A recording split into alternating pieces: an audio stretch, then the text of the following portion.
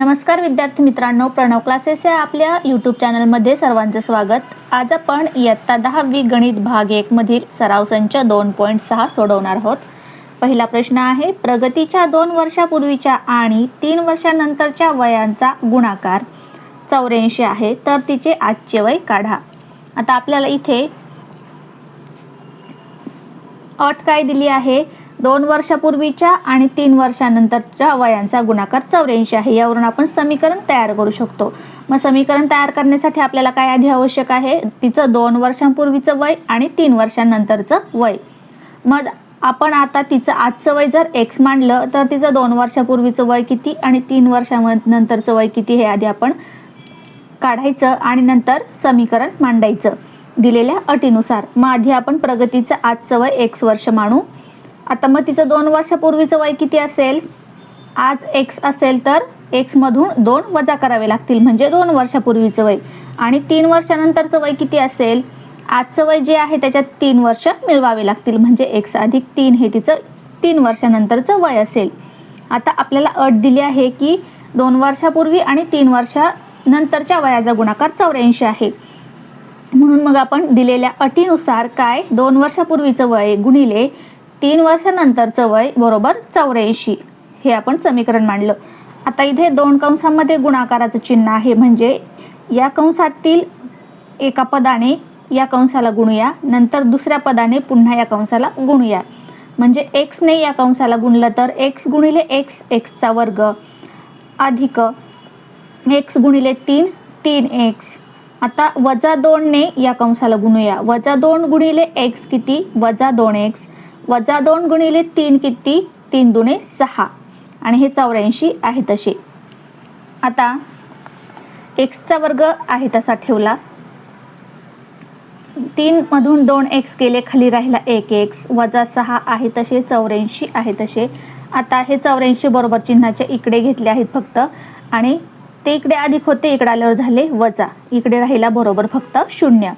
आता x वर्ग आहे तसा, x आहे तसा आणि वजा 6 वजा 84 दोघांना समान चिन्ह आहे म्हणजे इथं बेरीज झाली, 84 आणि 6 झाले 90 आणि दोघांना वजा वजा चिन्ह आहे म्हणून इथं वजा चिन्ह, इकडचा 0 आहे तसा. आता हे आपल्याला वर्ग समीकरण मिळालं. आता याच्या आपल्याला मधल्या पदाची फोड करायची म्हणजेच गुणाकार वजा 90 आणि बेरीज मधल्या पदाचा सहगुणक म्हणजेच अधिक 1 आली पाहिजे अशी 2 पदं शोधायची. मग अशी 2 पदं 9 गुणिले 10, 9 10 90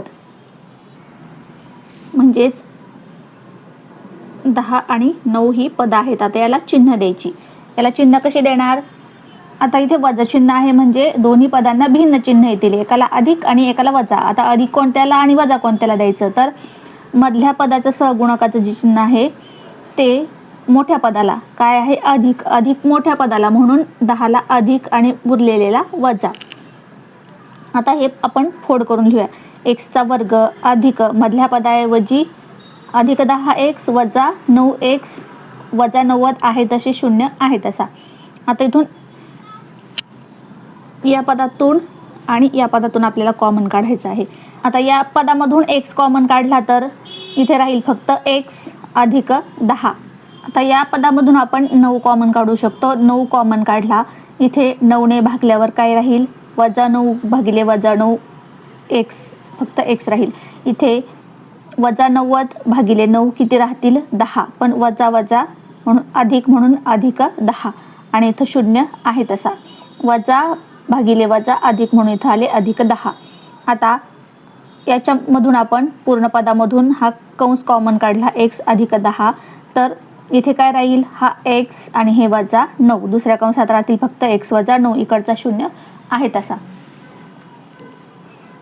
आता या 2 कंसांचा गुणाकार 0 आहे म्हणजे याच्यापैकी एक कंसाची किंमत 0 असेल म्हणून x अधिक 10 बरोबर 0 किंवा x वजा 9 बरोबर 0. मग x इकडे ठेवला, 10 बरोबर चिन्हाची इकडे घेतले तर ते झाले वजा 10 म्हणजे x ची किंमत मिळाली वजा 10. आणि इथे किंवा मग x इकडे ठेवला आणि वजा 9 बरोबर चिन्हाची इकडे घेतले तर ते होतील अधिक 9 म्हणजे x ची किंमत मिळाली इथे अधिक 9. आपल्याला काय शोधायचं आहे, प्रगतीचं आजचं वय. एक्स आपण काय म्हणले, प्रगतीचं आजचं वय, पण वय हे ऋण नसतं, म्हणून मग एक्सची किंमत आपण -10 घेणार नाही. एक्स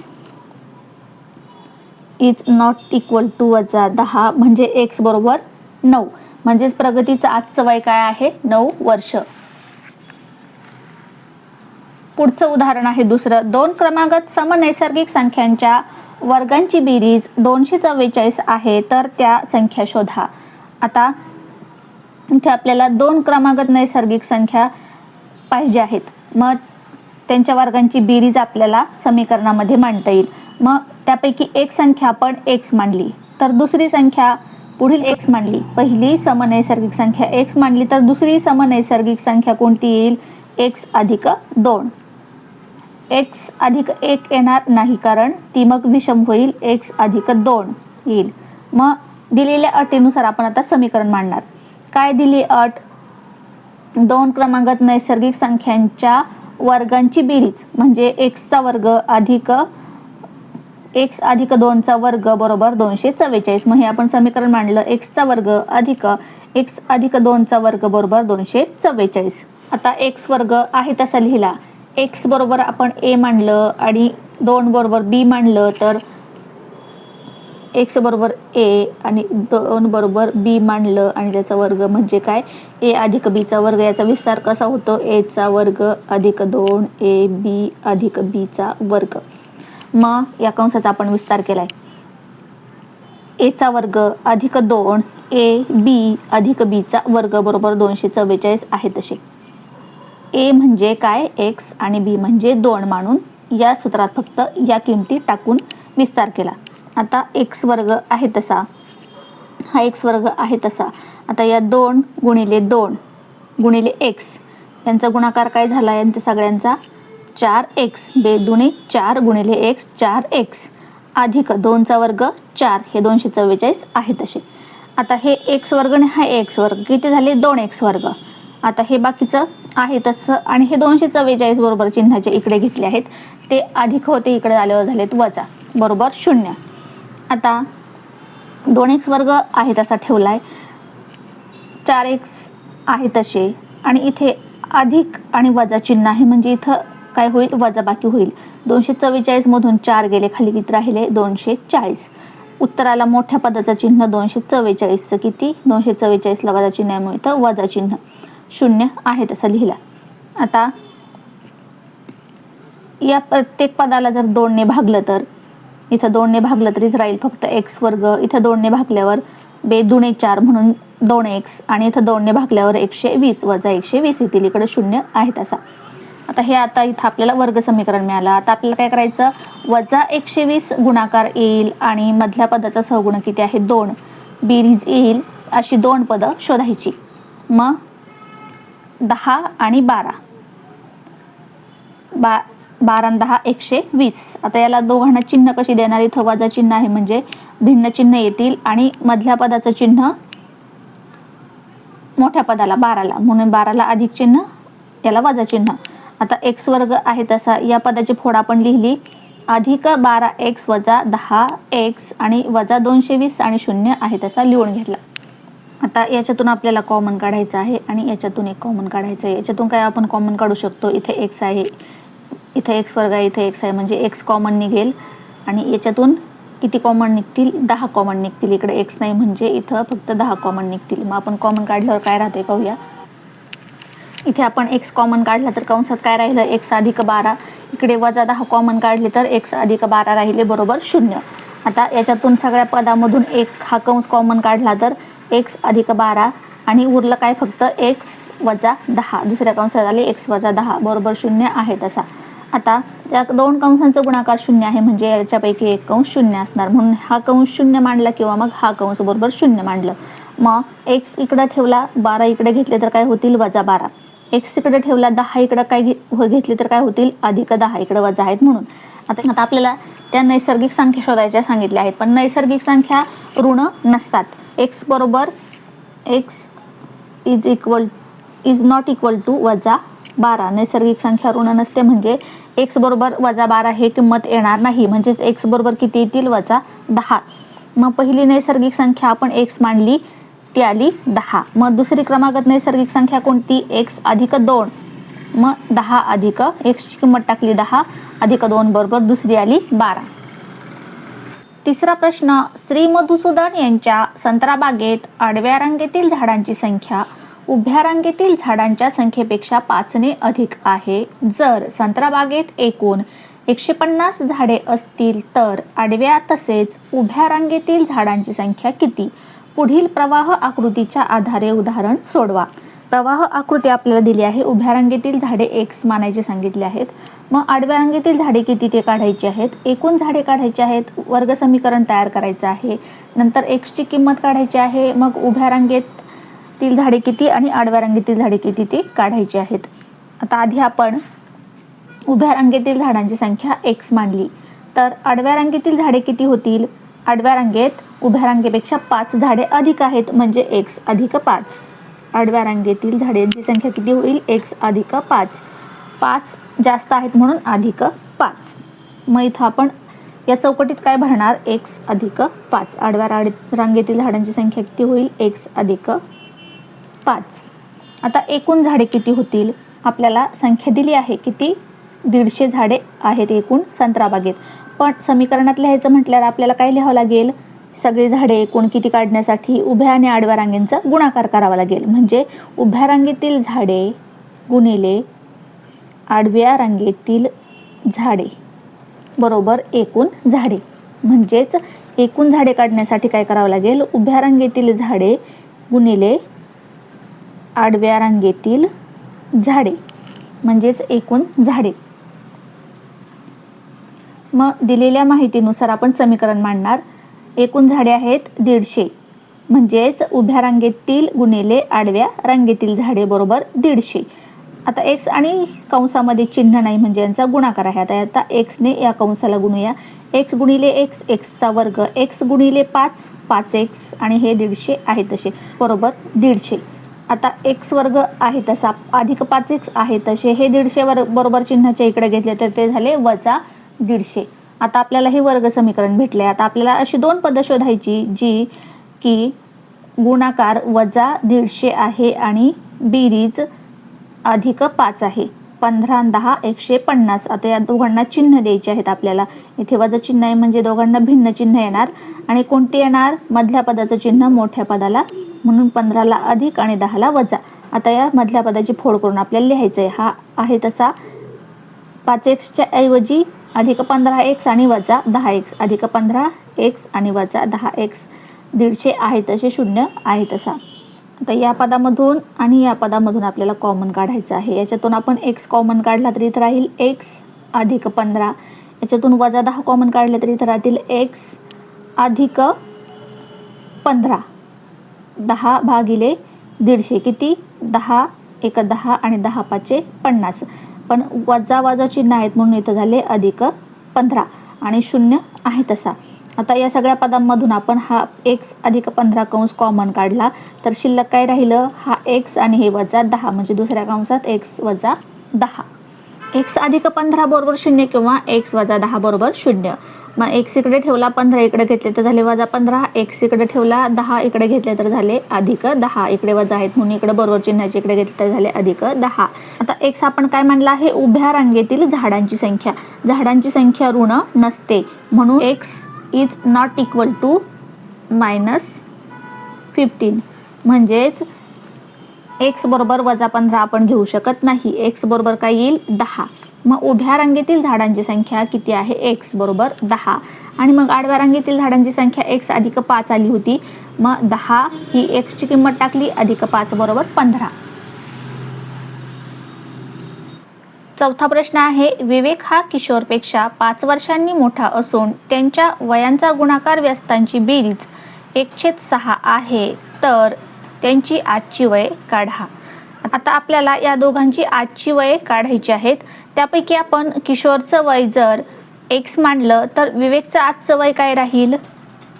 विवेक हा किशोरपेक्षा 5 वर्षांनी मोठा आहे म्हणजेच x मध्ये 5 मिळवावे लागतील तेव्हा विवेकचं वय येईल. म्हणजेच किशोरचं जर x असेल तर विवेक किशोरपेक्षा 5 वर्षांनी मोठा आहे, म्हणजे विवेकचं वय काय होईल x अधिक 5. आता यांच्या वयांचे गुणाकार व्यस्त. किशोरच्या वयाचा गुणाकार व्यस्त, किशोरचा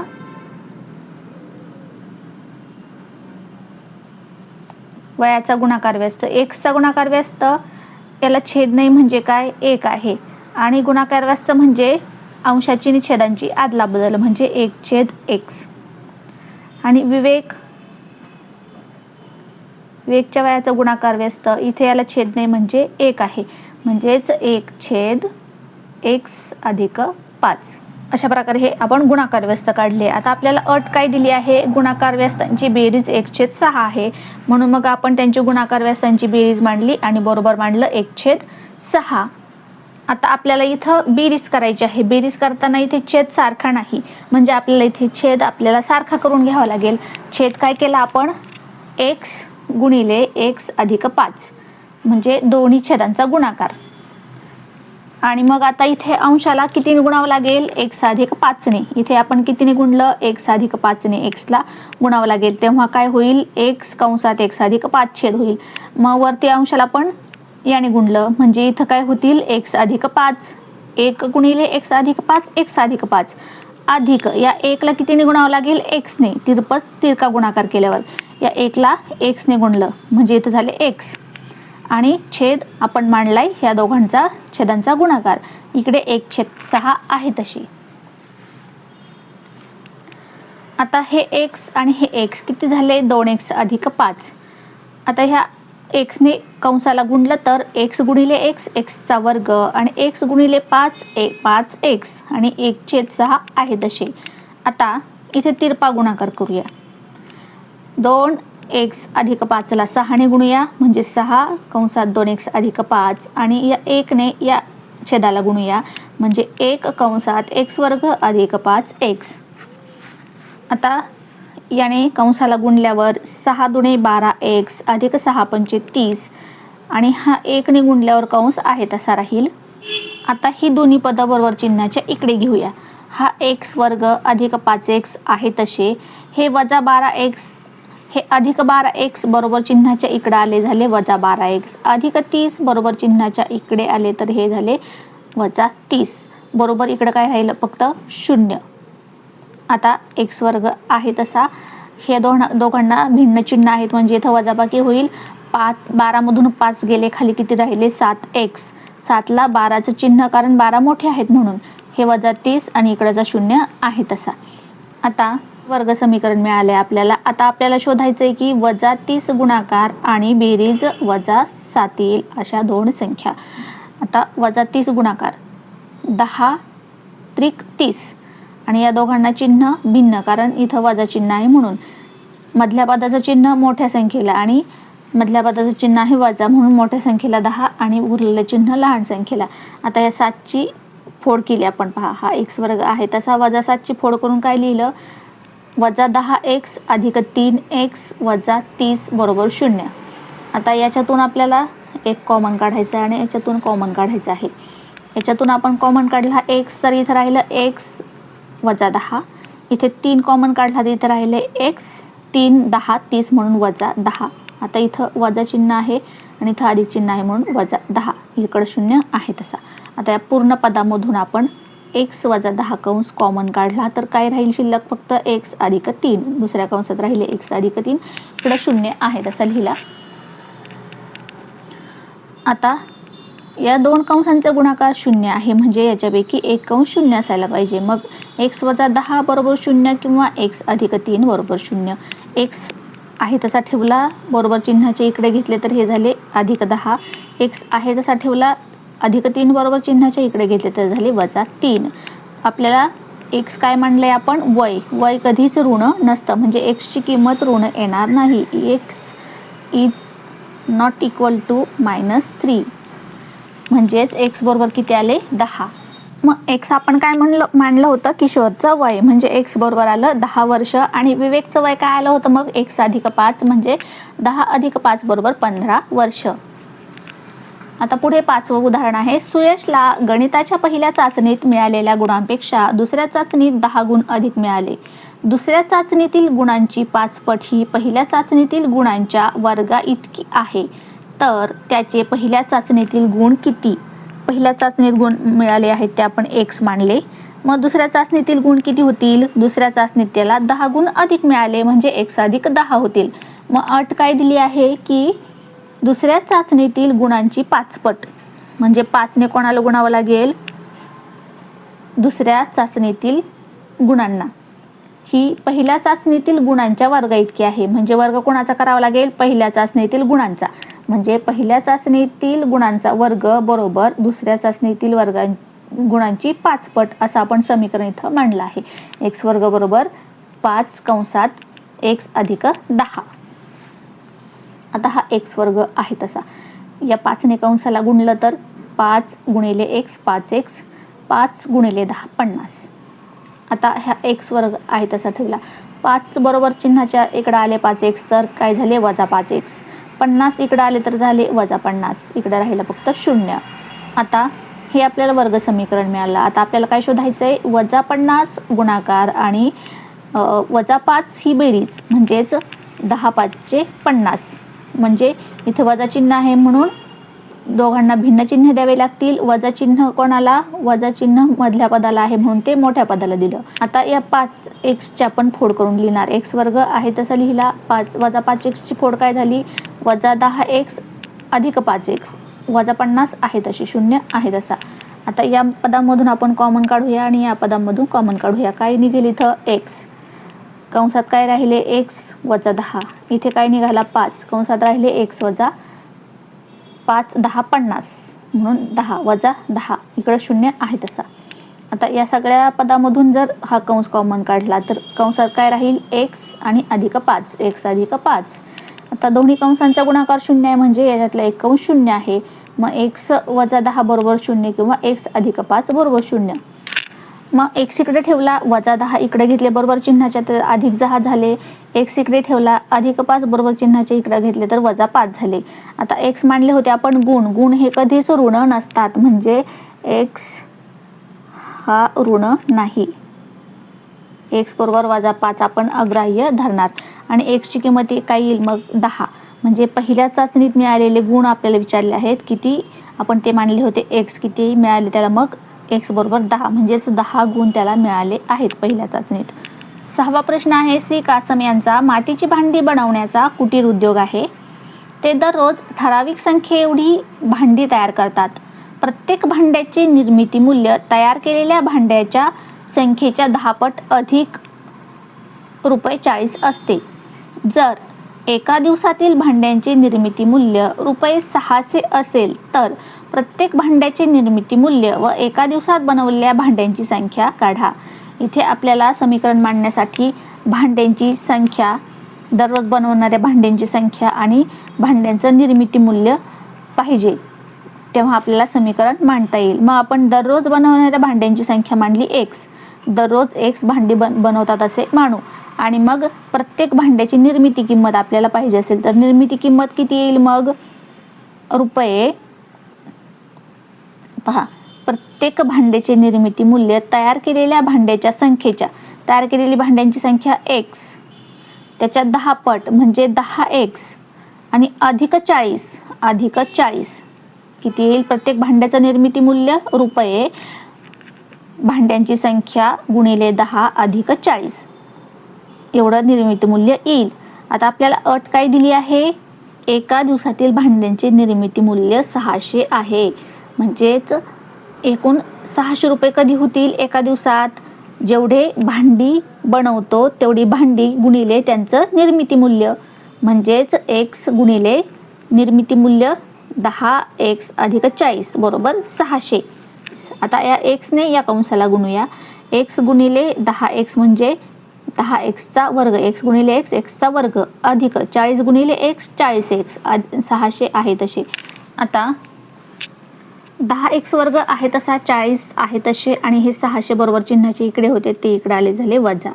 आता इथे प्रत्येक पदाला जर आपण 10 ने भागलं तर पहा समीकरण सोपं होईल. इथे 10ने भागलं तर एक्सचा वर्ग राहील, इथे 10ने भागलं तर 4 10 40 म्हणून 4 आणि 600ला 10ने भागलं तर येतील 60 आणि इथं 0 प्रत्येक पदाला 10ने भागून असं आपण इथं लिहिलं आहे.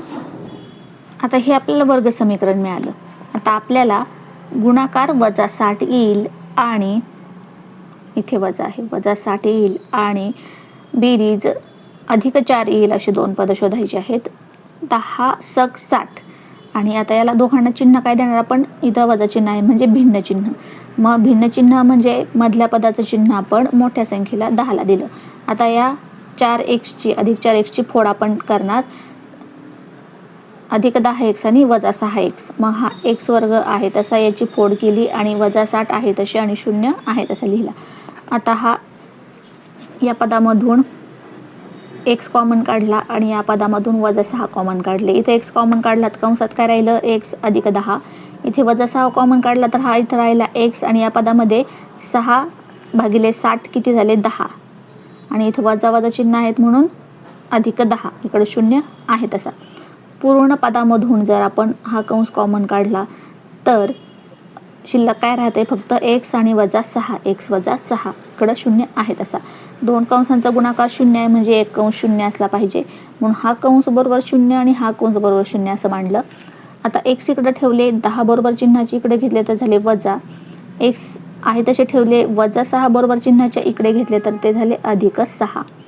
आता x आपण मांडले भांड्यांची संख्या. भांड्यांची संख्या ऋण नसते म्हणजेच x बरोबर -10 असू शकत नाही म्हणजे x is not equal to -10 म्हणून x बरोबर काय 6 म्हणजेच एका दिवसात बनवल्या जाणाऱ्या भांड्यांची संख्या आपण x मांडली होती. किती बनवतात ते 6 भांडी बनवतात. x बरोबर 6 आले म्हणून 6 भांडी बनवतात. आणि प्रत्येक भांड्याचं निर्मिती मूल्य काय आलं होतं 10x अधिक 40. 10 गुणिले x ची किंमत 6 अधिक 40 बरोबर 6 गुणिले 10 60 अधिक 40 बरोबर 100. प्रत्येक भांड्याचं निर्मिती मूल्य काय आहे 100 आणि 100 गुणिले 6 बरोबर 600 येतात म्हणजे प्रत्येक दिवसाचं त्यांचं निर्मिती मूल्य 600 आहे. हे आपलं उत्तर बरोबर आलं आहे. 7वा प्रश्न, एका नदीत बोटीने प्रवाहाच्या विरुद्ध 600 किमी जाऊन परत त्याच जागी येण्यास प्रतीकला 8 तास लागतात. बोटीचा संथ पाण्यातील वेग ताशी 12 किमी असल्यास नदीच्या प्रवाहाचा वेग काढा. आता हा जो प्रतीक आहे तो नदीच्या प्रवाहाच्या विरुद्ध दिशेने चालला आहे. अशा प्रकारे प्रवाहाच्या विरुद्ध दिशेने 36 किलोमीटर आणि पुन्हा वळून परत येऊन 36 किलोमीटर असा प्रवास त्याने केला आहे. इथून निघाला 36 किलोमीटर गेला, परत वळाला आणि परत 36 किलोमीटर परत आला. आता या संपूर्ण प्रवासाला त्याला 8 तास लागले आहेत. आता जेव्हा प्रतीक प्रवाहाच्या विरुद्ध दिशेने चाललाय म्हणजेच पाणी इकडे वाहतंय, प्रतीक इकडे चाललाय म्हणजेच पाणी त्याला प्रवासाला पुढे जायला मदत करेल का नाही.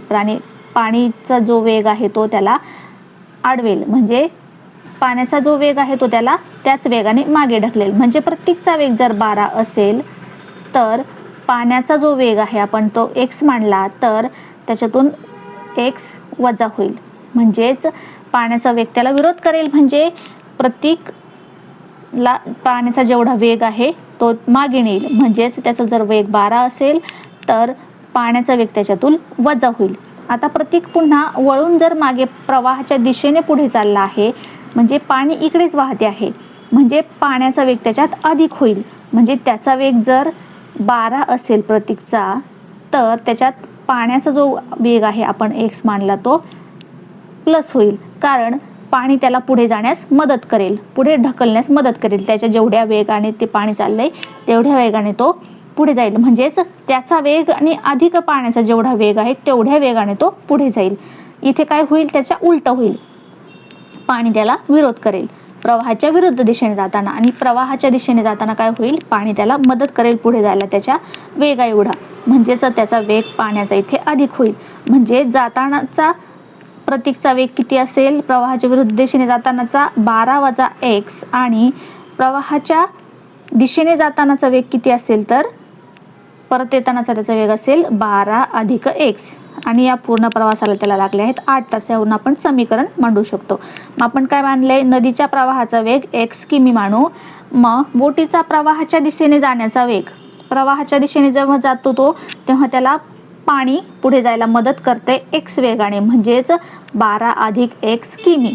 आणि विरुद्ध दिशेने पाणी त्याला मागे ढकलते, म्हणजेच 12 वजा x किमी. त्याचा वेग मग कमी होईल. कितीने? पाण्याचा जेवढा वेग आहे तेवढ्या वेगाने, म्हणजेच 12 वजा x किमी विरुद्ध दिशेने जातानाचा वेग. आता काय सांगितलंय? प्रतीकला प्रवाहाच्या विरुद्ध दिशेने 36 किमी प्रवास करण्यासाठी लागणारा वेळ. मग प्रवाहाच्या विरुद्ध दिशेने जेव्हा तो प्रवास करत होता तेव्हा त्याचा वेळ आपल्याला काढायचा असेल तर वेळाचं सूत्र काय आहे? अंतर छेद वेग. अंतर किती आहे? 36 किलोमीटर. वेग किती आहे? प्रवाहाच्या विरुद्ध दिशेचा वेग आपण काढला आहे 12 वजा x. एवढे तास त्याला लागतील.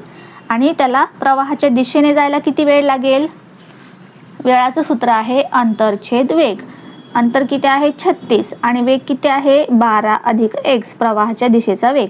आणि हे दोन्ही प्रवास मिळून त्याने 8 तासाचा प्रवास केला आहे. म्हणून प्रवाहाच्या विरुद्ध दिशेचा वेळ अधिक प्रवाहाच्या दिशेचा वेळ बरोबर 8 तास असं आपण समीकरण इथं मांडलं आहे. आता इथे बेरीज करायची आहे, म्हणजे छेद सारखा पाहिजे. छेद दोन्ही छेदांच्या गुणाकारा एवढा केला तर इथे छेदाला कितीने गुणावं लागेल? या छेदाने गुणावं लागेल. म्हणजे वरती सुद्धा अंशाला या छेदाने गुणलं आहे. दोन्हीकडे अंशाला आणि छेदाला या छेदाने गुणलंय. इथे अंशाला आणि छेदाला या छेदाने गुणलं आहे. आणि इकडे बरोबर 8 आहेत असे लिहून घेतले आहेत. म्हणजेच इथं आपण छेद सारखा केला आहे. छेद काय झाला आहे आपला? दोन्ही छेदांचा गुणाकार. आता पुढच्या पारीत आपण काय केलंय? या 36 ने कंसाला गुणलंय, या 36 ने कंसाला गुणलंय. आणि इथे पहा, पहिल्या कंसात 12 वजा x, दुसऱ्या कंसात 12 अधिक x. म्हणजे पहिल्या कंसात a वजा b आणि दुसऱ्या कंसात a अधिक b. केव्हा असतं? a चा वर्ग वजा b चा वर्ग. म्हणजे इथं आपल्याला काय येईल? या दोन कंसाच्या ऐवजी 12 चा वर्ग वजा x चा वर्ग. इथे पण पहिल्या कंसात आहेत 12 अधिक x, दुसऱ्या कंसात 12 वजा x. इथं पण काय येईल? 12 चा वर्ग वजा x चा वर्ग बरोबर 8.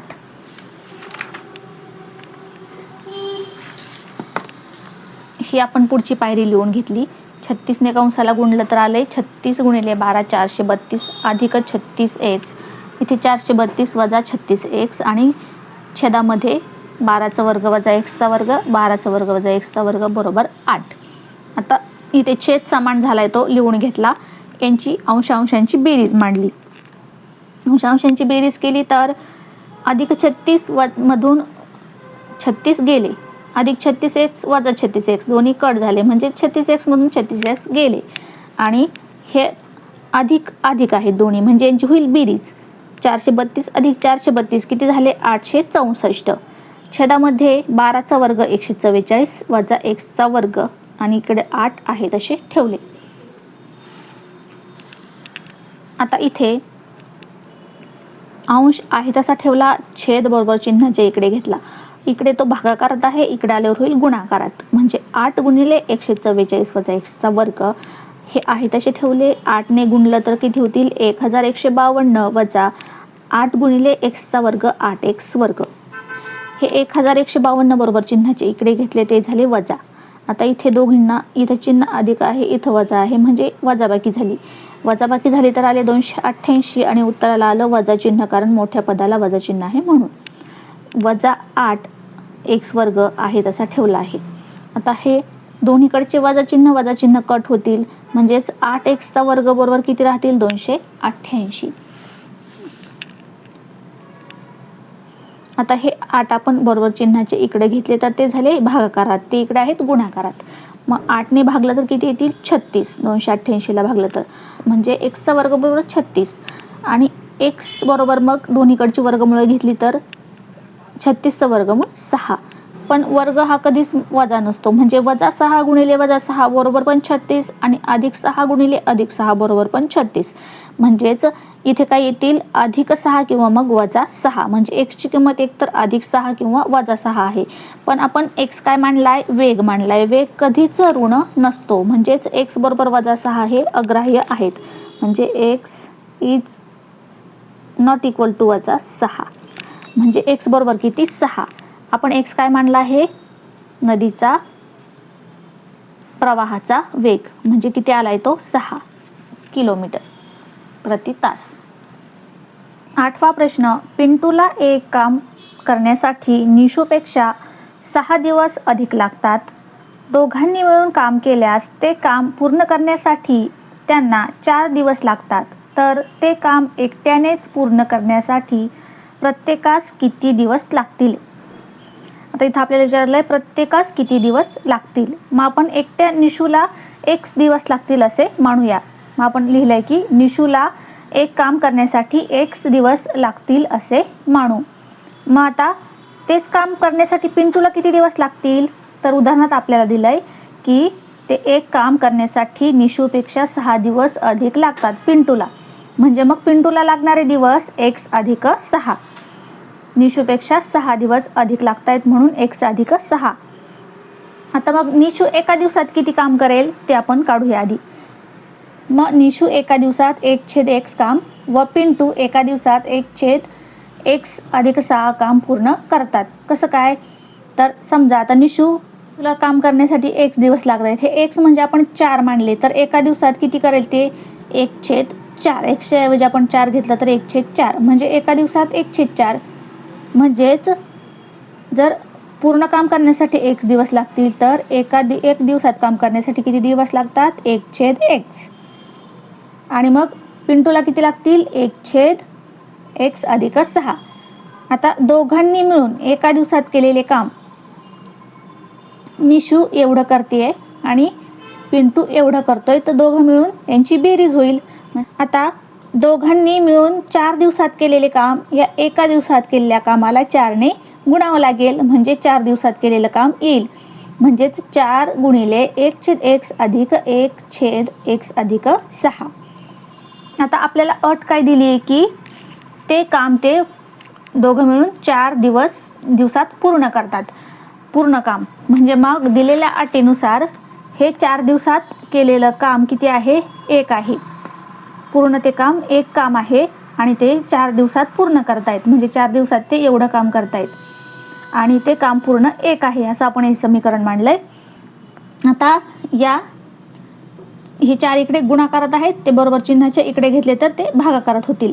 म्हणजेच हे काय आहे? एका दिवसात केलेलं काम. आणि एका दिवसात केलेलं काम किती आहे? 1/4. आणि हे 4 इकडे घेतले तर हे काय होईल? 4 दिवसात केलेलं काम. 4 दिवसात पूर्ण ते 1 काम करतात. म्हणजे हे समीकरण आपलं तयार झालेलं आहे. आता हे 4 आपण इकडे घेतले तर ते झाले इकडं भागाकारात. आता इथं बेरीज आहे. बेरीज करताना छेद समान करावा लागतो. म्हणजे हे x गुणिले हा छेद, म्हणजे हा छेद समान होईल. दोघा छेदांचा आपण केला गुणाकार, म्हणजे छेद झाला समान. आता दोघा छेदांचा गुणाकार केला म्हटल्यावर या छेदाला या छेदाने गुणले म्हटल्यावर अंशाला सुद्धा या छेदाने गुणावं लागेल. म्हणजे इथं दोघांना अंश छेदाला या छेदाने गुणलं आणि इथे दोघा अंश छेदांना या छेदाने गुणले. पहा, x अधिक 6 ने गुणलं तर इथं होतील x अधिक 6 आणि इथं अंशाला x ने गुणलं तर होईल x. आणि छेद आपण दोघा छेदांचा गुणाकार मांडला आहे. इकडे 1/4 आहे तशी. आता हे x आणि हे x किती झाले? 2x अधिक 6. x गुणिले x, x चा वर्ग, x गुणिले 6, 6x अधिक 1 बरोबर 1/4 आहे तशी. आता इथे आपण तिरपा गुणाकार केलाय. 1 ने या छेदाला गुणलंय, 4 ने या अंशाला गुणलंय आणि हे आपण मांडले खाली. 1 गुणिले हा छेद आणि 4 गुणिले हा अंश. आता 1 ने या कंसाला गुणलं तर हा कंस आहे तसा राहणार आहे. आणि 4 दुने 8x, 4 6 24. आता हे x वर्ग आहे तसे ठेवले, 6x आहे तसे ठेवले. हे 8x इकडे वजा अधिक आहेत, इकडे आल्यावर होतील वजा. 24 इकडे अधिक आहेत, इकडे आल्यावर झाले वजा. बरोबर चिन्हाचे इकडे घेतले तर झाले वजा. इकडे राहिला फक्त 0. आता हे x वर्ग आहे तसे. आता 6x आणि 8xला विरुद्ध चिन्ह आहेत, म्हणजे इथं काय होईल? वजाबाकी. 8 मधून 6 गेले, खाली राहिले 2x. याला चिन्ह येईल 8चं, कारण मोठ्या पदाचं चिन्ह. 24 आहे तसे, हा 0 आहे तसा. इथे आता आपल्याला वर्ग समीकरण मिळालंय. आता इथं आपल्याला काय करायचंय? वजा 24 गुणाकार येईल आणि 2 बेरीज येईल अशी 2 पदं शोधायची आहेत. मग 6 चोक 24 आणि याला दोघांना चिन्ह कशी द्यायची? 24 काय आहेत, वजा आहेत, म्हणून विरुद्ध चिन्ह द्यायची, भिन्न चिन्ह. मग अधिक कोणत्याला आणि वजा कोणत्याला? मधल्या पदाचं चिन्ह मोठ्या पदाला, मधल्या पदाचं चिन्ह मोठ्या पदाला, वजा चिन्ह आहे मधल्या पदाला म्हणजे इथं वजा चिन्ह. आणि मग ह्या 2xची फोड करून आपण काय लिहिलंय? 6x आणि अधिक 4x. x वर्ग आहे तसे 2ची फोड केली, वजा 6x अधिक 4x आणि वजा 24 आहे तसे 0 इकडं आहे तसा मांडला. आता यामधून आपल्याला x कॉमन काढला तर इथं राहिलं x कंसात वजा 6 आणि इथं याच्यातून अधिक 4 कॉमन काढला तर कंसात काय राहील? x वजा 6, 4 6 24 म्हणून इथं वजा 6 आणि इकडचा 0 आहे तसा. आता या पूर्ण पदामधून आपण x वजा 6 कॉमन काढला तर काय राहील? कंसात x अधिक 4 म्हणजे दुसऱ्या कंसातील x अधिक 4 हा 0 आहे तसा. आता या दोन्ही कंसांचा गुणाकार 0 आहे म्हणजे याच्यापैकी एक कंस 0 असला पाहिजे, म्हणून x वजा 6 बरोबर 0 किंवा x अधिक 4 बरोबर 0. आता x आहे तसा ठेवला, वजा 6 बरोबर चिन्हाची इकडे घेतले झाले अधिक 6, x इथं आहे तसा ठेवला, अधिक 4 बरोबर चिन्हाची इकडे घातले ते झाले वजा 4. आता x आपण काय मांडलाय? निशूने काम करण्यासाठी लागणारे दिवस, निशूला काम करण्यासाठी लागणारे दिवस. पण x हा जर दिवस असला तर तो ऋण नसतो, म्हणून मग दिवसांची संख्या ऋण नसते असं आपण लिहिलंय. म्हणजे x बरोबर वजा 4 हे आपण अग्राह्य धरणार, म्हणजेच x is not equal to वजा 4. म्हणजे x ची किंमत काय आली मग? 6. म्हणजेच मग आपण 6 काय x काय मानलाय? निशूला एक काम करण्यासाठी लागणारे दिवस. किती दिवस लागतील तिला? 6. मग पिंटूला किती दिवस लागतील? x अधिक 6 म्हणजे 6 अधिक 6 12 दिवस पिंटूला लागतील. 9वा प्रश्न, 460 या संख्येला एका नैसर्गिक संख्येने भागल्यास भागाकार भाजकाच्या 5 पटीपेक्षा 6ने अधिक येत असून बाकी 1 येते, तर भागाकार व भाजक किती? आता इथे आपण भाजक जर x मांडला, भाजक आपण x मानू, मग भागाकार किती येईल? भागाकार काय आहे? भाजकाच्या 5 पटीपेक्षा 6ने अधिक आहे, म्हणजेच x च्या 5 पटीपेक्षा 6ने अधिक म्हणजे x गुणिले 5 अधिक 6 हा आपला असेल भागाकार. मग सूत्र काय आहे? भाज्य बरोबर भाजक गुणिले भागाकार अधिक बाकी. हे आपण सूत्र लहानपणी शिकलेलो आहोत. मग भाज्याची किंमत काय आहे? भाज्य 460, भाजक आपण x मांडलाय, भागाकार किती आला आपला? 5x अधिक 6, बाकी उरली 1, आपण किमती टाकून घेतल्या, मग 460 आहे तशी लिहिले. आता x ने कंसाला गुणलं तर 5x चा वर्ग अधिक 6x अधिक 1. आता पुढच्या स्टेपमध्ये आपण इकडचं सगळं बरोबर चिन्हाच्या इकडे घेणार आहोत. हे 5x बरोबर चिन्हाचे इकडे अधिक होते, इकडे आल्यावर वजा झाले, 6x सुद्धा अधिक होते, इकडे आल्यावर वजा झाले, 1 सुद्धा अधिक होता, इकडे आल्यावर वजा झाला आणि हे अधिक 460 इकडेच होते ते आहे तसे राहिले, इकडे राहिला बरोबर फक्त 0. आता 5x वर्ग आहे तसा, वजा 6x आहे तसे आणि ह्या दोघांना भिन्न चिन्ह आहे त्यांची झाली वजाबाकी. 460 मधून 1 गेला, खाली राहिले 459, याला अधिकचं चिन्ह कारण याला अधिकचं चिन्ह आहे म्हणून वजा 0 आहे तसा. आता इथे आपल्याला वर्ग समीकरण मिळालं, पण वर्ग समीकरणात पहिल्या पदाला वजा चिन्ह नसतं म्हणून आपण सगळ्या पदांची चिन्ह बदलून घेतली. 5चं केलं अधिक, इथे वजा होतं, इथं अधिक केलं, इथं अधिकचं वजा केलं. आता हे आपल्याला वर्ग समीकरण मिळालं. आता इथे आपल्याला काय करायचं आहे? गुणाकार वजा 459 गुणिले पहिल्या पदाचा सहगुणक 5 एवढा येईल आणि बेरीज 6 येईल, अशी 2 पदं शोधायची. पण आपण काय केलं? आता आपण हा एवढा गुणाकार करणार आणि पुन्हा एवढी मोठी संख्या येणार आणि एवढ्या मोठ्या संख्येचे 2 पदं शोधायला आपल्याला अवघड जातात, म्हणून आपण काय केलं? याचे अवयव पाडले. 9 गुणिले 51 बरोबर 459 गुणिले 5 आहे तसे मांडले. आता इथं काय आहे? वजा 9 गुणिले 51 गुणिले 5. आता 9 आणि 5 यांचा गुणाकार केला, 9 5 45, किती आले? वजा 45 आणि हे 51 आहे तशी लिहिली. तर इथं काय झालं? वजा 45 गुणिले 51. आता इथं 45 आणि 51कडे जर पाहिलं आपण तर आपल्याला 6चा फरक दिसतोय, म्हणजेच बेरीज यांची 6 येईल आणि म्हणजेच आता या 45 गुणिले 51 केलं तर काय येईल? 449 गुणिले 5 एवढा गुणाकार येणार आहे या दोघांचा. म्हणजेच आपल्याला 2 अवयव असे सापडलेत की त्यांचा गुणाकार एवढा येईल आणि बेरीज 6 येईल अशी. मग किती आहेत 45 आणि 51. मग 45ला आणि 51ला आपल्याला चिन्ह द्यायची. तिथं वजा चिन्ह आहे म्हणजेच दोघांना भिन्न चिन्ह येतील आणि मधल्या पदाचं चिन्ह, मधल्या पदाला कोणतं चिन्ह आहे अधिक, अधिक चिन्ह मोठ्या पदाला 51ला आणि 45ला मग वजा चिन्ह. मग आता आपण मधल्या पदाची फोड करून लिहूया. हे 5x वर्ग आहे तसे याची फोड केली, अधिक 51x वजा 45x आणि हे पुढचं आहे तसं लिहून घेतलं. आता एवढ्यामधून आपल्याला काय कॉमन काढता येईल, x कॉमन काढता येईल. x कॉमन काढला, इथं राहिले 5x, याच्यातला या पदातला x कॉमन काढला तर इथं राहील 5x, याच्यातला x कॉमन काढला तर इथं राहील फक्त 51. एवढ्या पदामधून आपल्याला 9 कॉमन काढता येणार आहे. 9 5 45 म्हणजे 5x आणि अधिक इथं वजा वजा चिन्ह आहे, 9ने इथं भागलं तर येतील 51, म्हणजे इथे येतील अधिक 51, बाजूचा शून्य आहे तसा.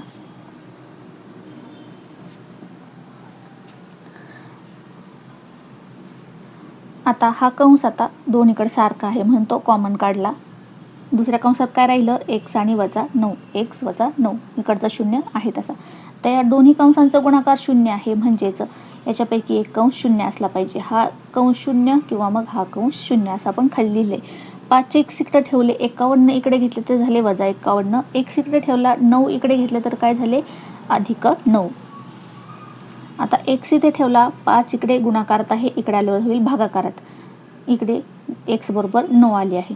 आता भाजक ही एक नैसर्गिक संख्या आहे असं आपल्याला उदाहरणात दिलं आहे आणि मग वजा 51/5 याचं उत्तर येईल वजा, म्हणजेच ही किंमत आपल्याला xची धरता येणार नाही. म्हणजे x बरोबर काय राहील मग 9. मग x बरोबर 9, आपण x काय मानला होता भाजक, म्हणजेच भाजक 9 आहे आणि आपल्याला मग भागाकार पण विचारला आहे. भागाकार बरोबर 5x अधिक 6 म्हणजे xची किंमत टाकली 9 तर 9 5 45 अधिक 6 बरोबर 51. भागाकार काय आहे 51. पुढचं 10वं उदाहरण, पुढे दिलेल्या समलंब चौकोन ABCD मध्ये AB समांतर CD असून त्याचे क्षेत्रफळ 33 चौरस सेमी आहे, तर आकृतीत दिलेल्या माहितीवरून चौकोनाच्या चारही बाजूंची लांबी पुढील कृती पूर्ण करून काढा. खाली आपल्याला ही कृती दिली आहे, आपल्याला फक्त रिकामी चौकोन भरायचे आहेत. आता इथं आपल्याला काय दिले, समलंब चौकोन ABCD, हा समलंब चौकोन आहे. AB समांतर CD, AB ला CD किंवा DC ही समांतर आहे. खाली इथं एरिया ऑफ चौकोन ABCD बरोबर, आता समलंब चौकोनाच्या क्षेत्रफळाचं सूत्र काय आहे 1/2 कंसात समांतर बाजूंची बेरीज गुणिले उंची, उंची h किती आहे AM, म्हणजे ह्या चौकोनात आपल्याला काय लिहावं लागेल, बाजू AM ही याची उंची आहे म्हणून इथं लिहावं लागेल आपल्याला AM. पुढे आता याच्यात किमती टाकल्या आहेत. एरिया किती आहे 33 चौरस सेमी म्हणून इथं 33 लिहिलं आहे. 1/2 आहे तसे. AB किती आहे, AB x आहे म्हणजे x अधिक CD किती आहे 2x अधिक 1, 2x अधिक 1 आणि गुणिले इथे चौकोनात आपलं AM लिहिले म्हणजे ह्या चौकोनात आपल्याला AM ची किंमत टाकायची. AM किती आहे x वजा 4 म्हणून इथं आपण लिहिणार x वजा 4. आता इथे 1/2 हे 2 इथे भागाकारात आहेत, बरोबर चिन्हाची इकडे आले तर काय होतील गुणाकारात, म्हणजे इथं काय होईल 33 गुणिले 2 किती झाले, ह्या चौकोनात येतील 66. 33 गुणिले 2 66. इथं काय राहिलं x अधिक 2x किती झाले 3x अधिक 1 आहे तसा गुणिले, आता हे x वजा 4 हे आहे तसे राहतील x वजा 4. आता ही पुढची पायरी येण्यासाठी आपल्याला ह्या दोन कंसांचा गुणाकार करावा लागणार आहे.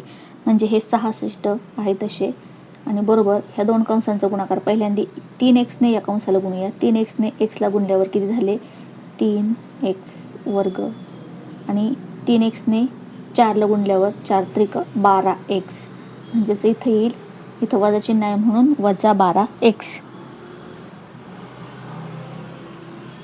आता या 1 ने या कंसाला गुणल्यावर 1 गुणिले x x म्हणजेच अधिक x आणि 1 गुणिले वजा 4 वजा 4. आता हे 3x वर्ग आहे तसे ठेवले, हा 12 एक्स आणि एक्सला भिन्न चिन्ह आहेत म्हणजे इथं होईल वजाबाकी भिन्न चिन्हांची, म्हणजे इथं राहतील 11x वजा 4, म्हणजे ही पायरी येईल. हा 3x वर्ग आहे तसा ह्या दोन्हींचा वजाबाकी किती येईल 11x, आणि त्याला चिन्ह काय येईल वजा, कारण मोठ्या पदाला वजा चिन्ह आहे, म्हणजे इथे येतील वजा 11x. आता या चौकोनात वजा 70 येतील. कसे काय, तर हे 66 इकडे अधिक आहेत ते बरोबर चिन्हाचे इकडे घेतले ते झाले वजा 66, आणि ह्या दोघांना काय आहेत समान चिन्ह, म्हणजे यांची होईल बेरीज. 66 आणि 4 किती झाले 70, आणि दोघांना वजा चिन्ह आहे म्हणून वजा 70 बरोबर 0. इकडं फक्त 0 राहिला. आता ही पुढची पायरी मिळवण्यासाठी आपल्याला हे वर्ग, आता आपल्याला हे वर्ग समीकरण मिळालं. ही पुढची पायरी मिळवण्यासाठी आपल्याला हे वर्ग समीकरण सोडवायचं आहे आता. म्हणजे काय करायचं, इथं 70 आणि पहिल्या पदाचा सहगुणक 3, 7 त्रिक 21 म्हणजे 210 वजा 210 गुणाकार येईल, आणि मधल्या पदाचा सहगुणक 11. 11 बेरीज येईल अशी 2 पदं शोधायची आहेत. 11 बेरीज येईल अशी 2 पदं किती येतील ते 21 आणि 10. 21 10 210 ही 2 पदं आपल्याला सापडली.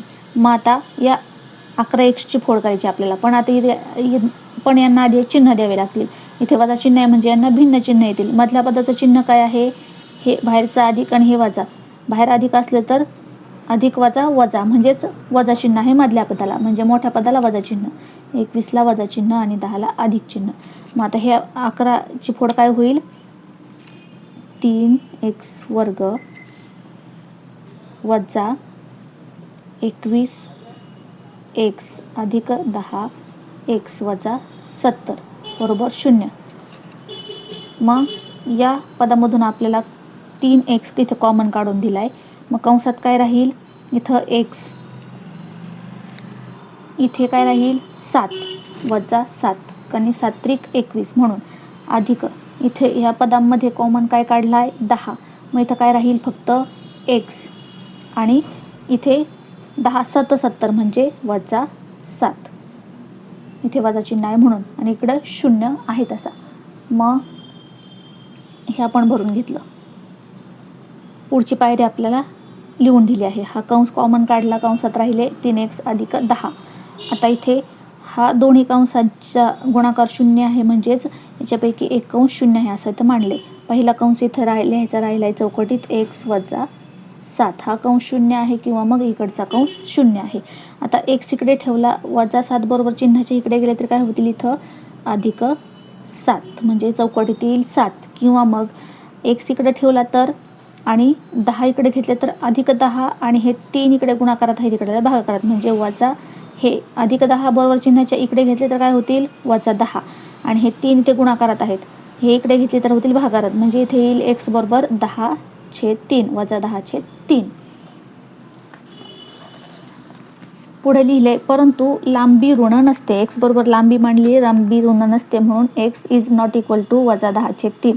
मग x बरोबर किती, दुसरी किंमत मिळाली आहे xची 7. मग आता आपल्याला पुढे चौकोनाच्या सगळ्या बाजू लिहायच्या सांगितल्या आहेत. ए बी बाजू किती येईल, ए बी आहे x, मग xची किंमत आली 7 म्हणून ए बी येईल 7. पुढे सी डी किती येईल,